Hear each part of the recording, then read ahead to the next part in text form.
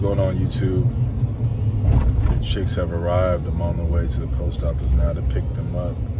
So excited to finally have our own meat birds. Let's do this.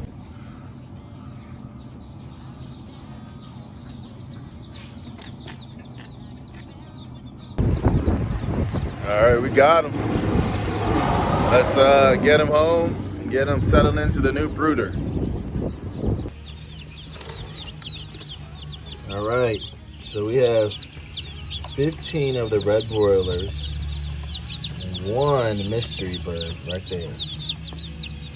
So we're gonna get these guys nestled in, introduce them to the water, and let them do their natural thing.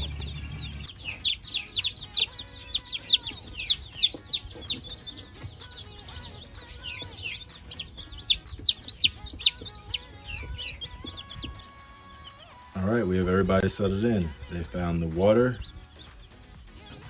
Some are just scratching around doing natural chick behavior. Some are just taking in the heat. So these guys are all set.